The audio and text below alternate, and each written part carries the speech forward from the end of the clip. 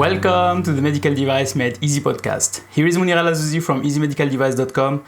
And as every month, I'm doing here the medical device news, which is a review of what happened last month, so in May 2020, regarding the medical devices. And there is a lot of information. So in the agenda, we'll talk about the non-anniversary for the medical device date of application, which was on the 26th of May 2020. We'll talk also about the coronavirus again. We'll talk about IVDR. We'll talk about something Easy Medical Device prepared for you regarding the EU MDR. And we will continue to tell you more about notified body situation, about the MDCG guidance, and we will finalize with what happened at Easy Medical Device. Okay, so let's start with the hot topics. So last month on the hot topic, we had the non-anniversary of the medical device EU MDR date of application, which was on the 26th of May 2020. So that date, we had a lot of messages that were published to celebrate the non-anniversary, if I can say. It was really great, if I can say, to see that, because since now 3 years, we are looking at this date. We are really talking about this date. All my blog posts were about this date, and I had to go through each of them, if I can say, to look if I can change the date on it. So it was really, if I can say, a day where we had some kind of memory about what we had done all last 3 years, but also about this 1 year delay that is happening here. And so there is a lot of discussions actually about the 1 year delay. Is it helping? Is it not helping? What is the consequence, etc. We had a blog post, not a blog post, we had an episode with Eric Volbrecht after that, and he explained to us that mainly there is some good and bad. And he recently also published a blog post on his blog, so where he mentioned specifically that yes, it's yes and no, there is some good and there is some bad, but mainly apparently the EU Commission, the MDCG group will benefit from that because they will have more time, if I can say, to implement some of the things they had to do since the last 3 years, and maybe less impact or less benefit for some notified bodies. And you will see also that maybe there is no benefit at all, or less benefit than manufacturers things, because they will maybe have some 2 or 3 months, if I can say, holidays, but at the end they'll have really to come back to this as quick as possible, and we'll talk about that specifically. Another date that is really important then is the 26th of May 2021 for EU MDR, but it's also the 26th of May 2022 for the IVDR. So it was in the plan normally, as soon as we had the date of application for MDR, we should have all our focus, if I can say, on the IVDR. So you still need to have a lot of your focus on the IVDR for medical device companies that are manufacturing some in vitro diagnostic, because as a reminder, there is not a lot of notified bodies. We'll come back to notified body situation, but there is not a lot. So and some manufacturers that before didn't need a notified body will need one now, and to be honest, start now. I mean, don't wait. It's something that people don't really understand, but start now. Secure quickly your certification under IVDR as soon as possible, because you will see the wave will be big. And you will maybe be left on the side because you had no time, if I can say, to implement all what are needed for the IVDR. And some people will raise their voice again saying, oh, we'll extend the due date. I cannot say no, I don't know, but don't count on that. As Eric Volbrecht says, put in place some scenarios, and one of the scenarios to secure your company is really to go now for the IVDR and to really try to secure a notified body, a secure date, and secure a certificate for that, because we never know what will happen in future, but for now, this is really your priority. Okay, so I hope this helps you a bit to have more view about what is happening. To help you, if I can say, to plan or not to help you, but to disclose, if I can say, the planning. The EU Commission also updated their rolling plan, so the implementation rolling plan, and there were a lot of new things there, or new dates or updates, and I wanted just to share with you some of them. So you will have all the links from all what I'm saying here on the show notes, so just go to the show note and pick the links directly if you want to see all the information we are talking about here. So one thing that has been postponed is the common specification for products without medical purpose, so the Annex 16, which is planned now for Q4 2020, so October, November, December, we don't know when, but it's planned there. We had an episode with Eric Volbrecht and Stefan Bollinger on Annex 16. So you can go to this to understand how companies that are under Annex 16 should, if I can say, plan their work or plan what they have to do. But apparently the common specification that should have been published now, or I don't know when, because there was no really clear plan, will be apparently postponed to the end of the year. The other one is about UDAMED. A lot of questions again about UDAMED. We talked about that a lot of time, but there is still the question, is UDAMED, when is UDAMED live, etc.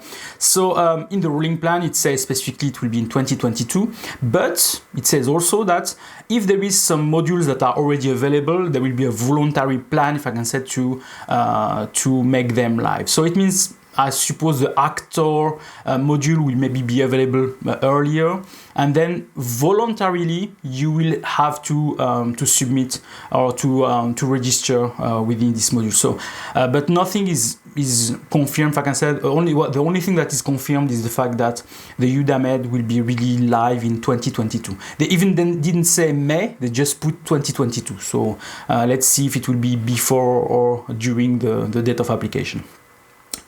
Another information that was really important also is about the harmonized standards. We had the information that the Senelec and CEN group was asked to create the standards for or to work on the harmonized standards.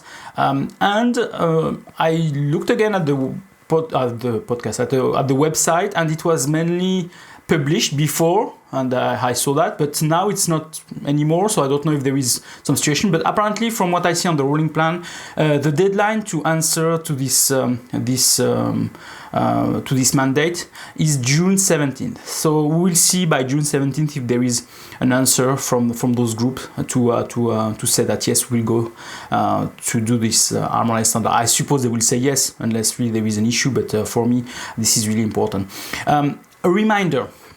I receive a lot of questions about harmonized standards, saying, Monir, the ISO 14971 2019 is not on the harmonized standard, the MDR does not have harmonized standard, etc., etc. A reminder, standards are voluntary. There is no kind of obligation. If you want to use it, you use it. If you don't want, you don't use it. It's not like you are mandatory, you have to use it. As I've said also before, and I said that on some of my episodes, the harmonized standards are standards that are recognized by the European Union, but it doesn't mean that you cannot use another standard. The only thing is that if you use this standard, it's recognized, so it means that if you apply it and if you comply to it, then the commission or the notified bodies cannot say a lot of things. But if you use another one, there will just be a deep dive in terms of your products or your companies. But I imagine that there is some companies that are using some products that are using some standards that are not harmonized, and they are still certified. So it's not like they will never be certified because they are not using an harmonized standard. If you, as I've said also in one episode on the ISO 13485, ISO 13485 is an harmonized standard for MDD. I'm sure it will be an harmonized standard for MDR. But if you have an imagination and think that you can build your own quality management system within your own thinking, and it will be still complying to the regulation, try it. I never tried it, but try it. But you'll have, if I can say, some difficulty, because you will need really to convince the notified body that your strategy is the right one. When if you use the ISO 13485, there is not a lot of if I can say, effort to do to convince them. So just to close here the bracket about harmonized standard, but we are still looking to this CEN and CENELEC group to create this harmonized standard, so that we can really answer. I mean, this can really solve a lot of issues for some manufacturers that are looking to it. Okay, next thing that we want to talk about is there is an update about the manufacturer incident report, so MIR form. So it's now the version 7.2.1. So update your files, take it and use it. Since January 2020, this is the new MIR form that people have to use. So this is something for the reporting of any incident. Don't hesitate to look at it and to check it before an incident arrives to your company, because it's a huge form and there is a lot of things inside. There is a lot of references to some IMDRF guidance, etc. So don't wait that an incident arrives to your company to update your documentation, to use this form and to understand how it is working also. As I've said, all the links will be on the show notes. So just go on the show notes and click on the link, and you'll get directly the form that you need to use. We couldn't move forward without talking again about COVID-19. So COVID-19 is still in live, if I can say. It's something that is still impacting lives, impacting hospitals, impacting also manufacturers. There is a lot of manufacturers that are starting to deliver products that are COVID-19 compliant, or they are trying to register those products as COVID-19.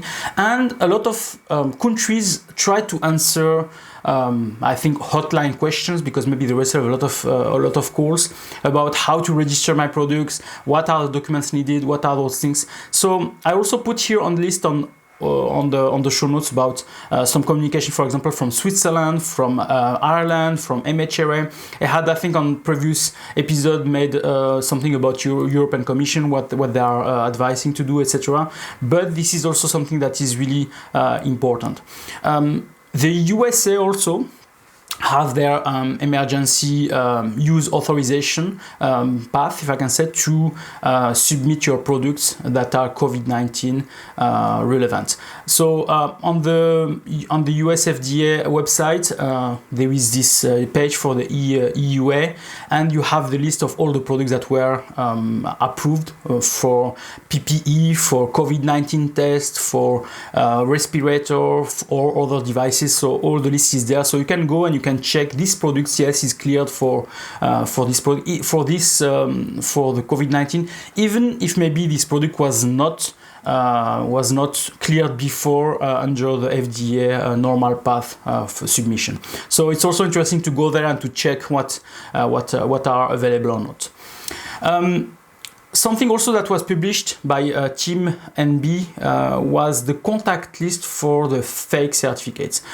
If you suspect that one of your certificates is fake, the Team NB put a table with all the contact details for all the people regarding the fake certificates. So I put again the links here. I already communicated about that, but I put again the link, and then you can go, and if you are from, you receive a certificate from one of those notified bodies, you can go. You can just contact those people and ask them, is it a real one or is it a fake one? It's important because there is a lot of manufacturers that are using this opportunity of COVID-19 to release some products that are not really compliant to any regulation.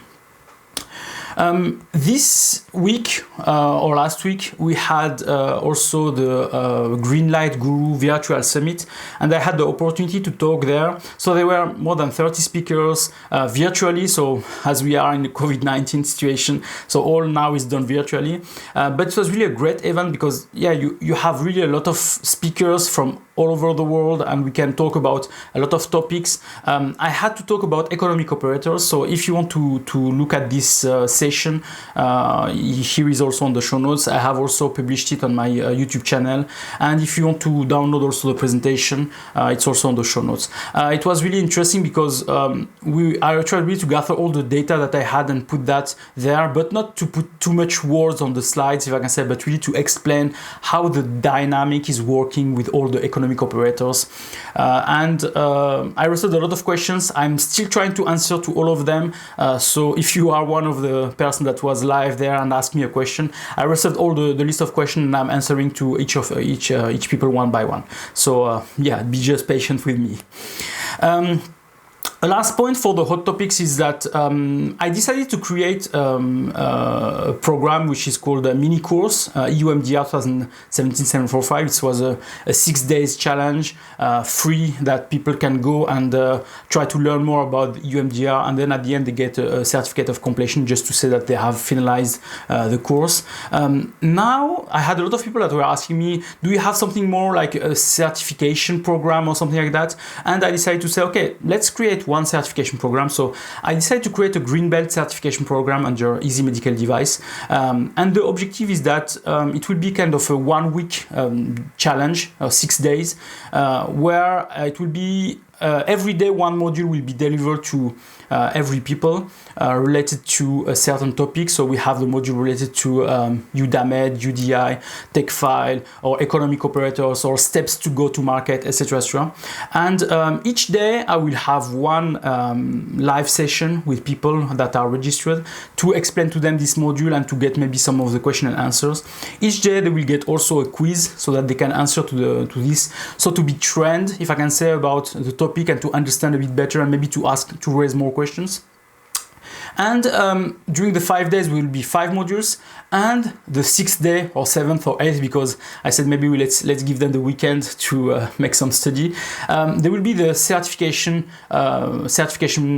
exam. So this will be a quiz done in a limited amount of time, so that they have to answer as much as possible all the questions. And they will get a certificate only if they reach the bar of 80% of good answers. So there will be maybe 30 or 40 questions there. It will be case studies, it will be yes and no answers, or it will be multiple choice answers. So for now, just to tell you, all the students that I tested this certificate with did not really pass it for the first time because they maybe didn't took it seriously. But if you are really taking that seriously and you really want to get a certificate that is really providing you some value in terms of knowledge for the EUMDR, so don't hesitate to register to this certification program, the Green Belt certification program. If you are an expert, maybe wait for the black belt certification program that I'm doing. It's under construction now. So the registration are open now until the limit of the students are reached, because I put a limit on the number of students just to avoid to have a big crowd and not maybe be able to interact with everybody. And at the end, you register now until for the next maybe 2 weeks, 2 weeks, and then on the 22nd of June the certification program will start. So during that week I will be with you one session per day to explain to you everything about certain topics. Then we go also through Q&A questions, and at the end you'll pass your exam, and I hope you'll get it. But it will be, you need to be really serious to make it. So don't register if you are just thinking maybe you can make it. No, you have to be really serious, and it was really the objective of this program. Okay, so register now, and I hope to see you on June 22nd as part of my students for this program. Okay, let's go now to the notified bodies situation. So I had made an episode on the podcast, so episode 77, with Basil Akra from TÜV Sud, where we talked about the notified body situation, also about the 1 year delay, what is the impact, and on all this. And what was really interesting with this episode was the fact that we said that due to the COVID-19, we had this 1 year delay, but we had also a delay on the certification of new medical devices. So during this transition, during this temporary period for COVID-19, notified bodies are not allowed to travel, so there is some travel restriction, but it means also that they cannot certify new medical devices. So if you were waiting for a certificate under EUMDR, or a date for your audit during within EUMDR. Maybe this was postponed now because of this travel restriction. Maybe if you are in the middle of it, so I don't know if they were able to continue or not, maybe virtually. But no new medical device will be certified during this period. So it means that even if you had the 1 year delay, anywhere during this 1 year, there is maybe 6, 7, or 8 months that no new certificate will be issued until this travel restriction will be removed. So listen again to Basil Akra of what he said about that. So just one thing related to that. So as we said, initial certification cannot be done. Are we talking now like for the next 6 months, 7 months? There is no new device that can go to market, or is it that it's saying specifically? This is what the guidance is saying. It's saying notified bodies who wants to issue a new certificate for a new device. So we are not talking about renewal or changes to quality management system or manufacturer who you already know, which you are auditing. So the system is saying, the guidance is saying, if you are issuing a new certificate under the new regulation, you need to go on site. You can't just do it solely on off-site. So if there is a manufacturer who wants to get an MDR certification, the guidance is saying we need to go on site because it's an initial certification. So I asked also on LinkedIn, I had made a poll on LinkedIn. They created now this tool to make a poll. So I created that just to ask you, do you have some difficulties with your notified bodies? Not a lot of people did answer, but maybe because it was the first time. So I'll try to redo that again. So 26 people answered this poll. The poll was saying, do you have some difficulty to find a notified body for your medical devices in Europe, MDR or MDD or AIMDD or renewal? And 15% says that it's impossible to get one. 27% says that I'm on a waiting list. 23% said I find one, but there was the coronavirus, so they couldn't really do anything with it. And 35% says, yes, I find one and I've been certified. So there is some mixed feeling here because the numbers are not so high for one specific category, so it's not really possible to say that here is the clear situation. But I will create a new poll on the LinkedIn, so please follow me on LinkedIn, and then if you see that, please answer as much as possible, because then it will be also published during my one of my episodes of the podcast. One thing that also happened is the fact that Team NB released a survey related to 23 notified bodies that they had as a member, and it was really interesting to see what was the content of the survey. So the survey said that mainly there is a decrease of valid CE certificate in 2019. The decrease was already noticed from 2015, but there was a decrease of certificates. So what does it mean? Does it mean that some companies give up and don't want to be certified anymore? It's something that we have to look at. There is also 50% new certificate issued in 2019. So it's an increase. It was also increased before in 2018 by 30%. So there is really a lot of people that are issuing new certificates. And I suppose it's also due to the fact that they want to also be certified again before the MDR. So it's why they are really trying to renew their certificate before the date of application. And I don't know if it will continue in 2020 due to coronavirus, but actually there was a big wave in 2019. The number of certificate withdrawal, which was normally increased, if I can say, now decreased by 21%. So there is a lot of manufacturers that are keeping their certificate alive under MDD, even maybe if before they wanted to withdraw them. So they try to keep that as long as possible, maybe for some strategy within their companies. In terms of ISO 13485 certificates, it's stable. And one thing that was also noticed on this report is that we had a 5% increase of staff within the notified bodies. Apparently, the difficulty is the fact that you need to find more experts or more people that are expert in many other fields, because maybe one expert is not able to help you on many fields. So if you have 5 fields to cover, you have to find 5 experts instead of maybe before you had one expert that could cover 2 or 3 fields. So it's something that is happening now. So if you want to work for a notified body, it's maybe the right time, because they are really hiring a lot. And I think Basil Across said that also within one of the episodes we had. Okay, so traditionally we are making the count of notified bodies on this episode. So actually in May we had 1 additional notified body under EU MDR. So it means that we are reaching the bar of 14 notified bodies within EU MDR, and this one notified body is ISIFC Medical in Sweden. So ISIFC Medical is entering now the Nando data in the Nando database. So you can see that directly. I put the link on the show notes. And if we are making again the count, we have the golden medal go to Germany with 5 notified bodies. The silver medal go to Netherlands with 3 notified bodies. And the bronze medal go to all the other ones because they only have 1 notified body. So UK 1 notified body, Hungary 1 notified body, Norway 1 notified body, Italy, Sweden and Ireland 1 notified body. So this is actually the count. For EU IVDR there is still 3 notified bodies, with UK 1, Netherlands 1 and Germany 1. But we all know that due to Brexit, the UK notified body will be maybe disappearing. We never know. Maybe there will be some negotiation, but I don't think it will happen.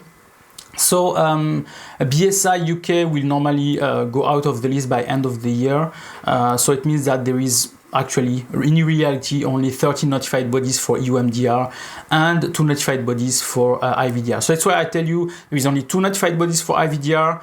There is more manufacturers that will need to get to the IVDR market. So please go with your IVDR project.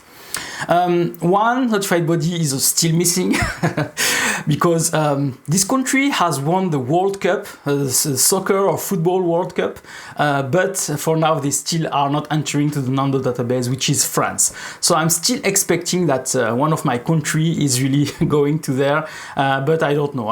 They are maybe a bit late, maybe too much issues with 1 notified body, but actually there is only 1 notified body in France, so there is only 1 that can, if I can say, enter to this game, which is maybe a difficult situation because we see Germany with 5 and maybe more that will come. So some countries will need maybe to invest on more notified bodies so that also it represents more their country. Okay, now let's go to the MDCG guidance. So last month, so in May, we had 3 new MDCG guidance. We had the guidance related to the renewal of designation of and monitoring of notified body, the famous guidance that is related to the DEVIL regulation that Basil Across said, so the 2020-666, which is something that was really funny during that episode I made with Basil Across.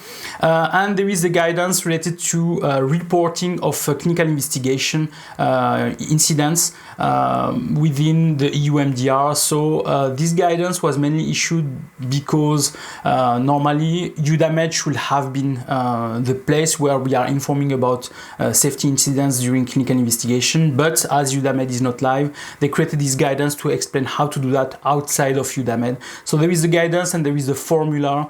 So MDCG 2020-10 and /1 for the guidance and /2 for the formula. Related to guidance, so we had a great advice also from Basil Across. Don't cite the guidance, but follow the guidance. And I imagine some of the discussion that will happen at notified bodies, during the audits with notified bodies and manufacturers when we are arriving to maybe the review of the clinical evaluation report. How did you perform this CER? I followed the EU MDR 2017-745, Annex 14. But it looks like you have followed the MedDev 2.7/1 revision 4. Can you explain me that? Oh, really? I didn't know that. I think it's really by coincidence. Okay, so now let's come back to what happened in May for Easy Medical Device. So on the podcast we had in episode 75 Stefan Bolleininger, where we talked about specifically a law in Germany which is called DIGA, which is a law that is helping medical device manufacturers to get their mobile applications reimbursed. So if you are planning to develop or to have a mobile application, and if you are planning to have it also in Germany, so maybe you should apply for DIGA. First, you still have to have your device cleared as a medical device, and after that you can apply for this new law in Germany. So go to episode 75 to see that.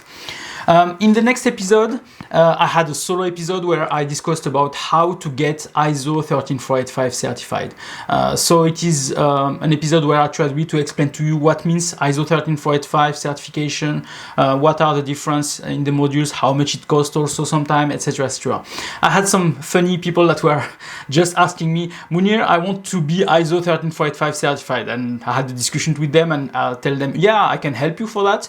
And they said, yeah, but and what is the name of your company and everything? And I said, no, it's for me. I want me to be ISO 13485 certified. And there was a misunderstanding because they thought that about a training, a certificated training that is providing them the knowledge about ISO 13485. So on this episode, I was talking specifically about manufacturers, not about people to get certified for ISO 13485. Then we had an episode with Basil Akra, the one we talked about in episode 77, where we discussed about the notified body situation when Basil Akra was at TÜV Süd, because in the meantime he moved to the other side of the fence because he went from notified body to consulting, and he's working now as co-owner and CEO at QNIC Group with Angelina Hakim that we had also interviewed on the podcast. And he came to discuss in episode 78 about sufficient clinical data. As a reminder, he has, I think today, June 8th, the training on sufficient clinical data for the European time zone. If you want also to participate to the next session, which is in June 11th, you can go to cunicgroup.com, and in the next session is more for the US time zone, but if you want also to join, it's really possible. So don't hesitate to go there. Basil Akra will explain to you everything about how you can provide sufficient clinical data for your products. In the LinkedIn Live, we had some great episodes. As I've said, we had that time with the coronavirus, COVID-19, so we had also a lot of companies that were asking how are we registering some products without having CE mark, etc. within the countries. And Ellen Erwood from ESPL was coming and explained to us how it is working with the MHRA, so with the UK. So she explained to us how to register your COVID-19 medical supplies by the MHRA, and it's really an interesting episode because it's providing really all the details. For example, for face mask, we discussed about face mask and also about as medical device, and also about face mask as PPE, so it's really a good one. Next one was with Cesare Magri, where we talked about sufficient clinical data for MDR and IVDR, but on medical device software. So I know that there is a lot of difficulty for some medical device software companies to understand what kind of clinical data they can provide, etc. There was this guidance that was created, MDCG 2020-1, and then we try to explain to you how it is working for MDR and how it is working for IVDR. And Cesare had also some great flowchart to explain all that, so don't hesitate to go there, and also to download all those elements from the show notes. And the last one is about the GSPR. So I made an episode about GSPR to explain what are the general safety and performance requirements, how you can use them on your projects, why you should consider them really early and not really late on your process, because if you consider them late, you are not successful, because a lot of the requirements have to be executed or planned earlier, and if you have already your design freeze, then if you look at the general safety and performance requirements, you will find that a lot of the requirements had to be done before the design freeze. Okay, so don't hesitate to go to the YouTube channel to look at all those episodes. I put again the links on the show notes. I think it's really important that you get a lot of those information so that you are really successful within your projects. And regarding the YouTube channel, we just reached the bar of 3,000 subscribers, and I really want to thank you for that. Thank you for your trust. Thank you for all the comments that you are providing. I'm sure this is helping you, and I'm sure this will help a lot of people. So don't hesitate also to spread the message, to share the episodes or to share the videos that you liked. And don't hesitate to ask people also to subscribe, because more there is subscribers, more the word is spread about all the information that I'm providing. So thank you really for that, and really appreciate it. And a last message. So MDR was delayed 1 year, but please keep calm and accept MDR. So don't deny it. Don't think that because it's postponed of 1 year, you have nothing to do. Please continue on your journey, continue to learn, continue to get trained, continue to work with your consultants about that. And if you need any support for ISO 13485, for MDR, for any of the quality and regulatory affairs projects that you are running, don't hesitate to contact me. I would be really happy to work with you. Okay, I wish you a really nice week, and I talk to you soon. Bye.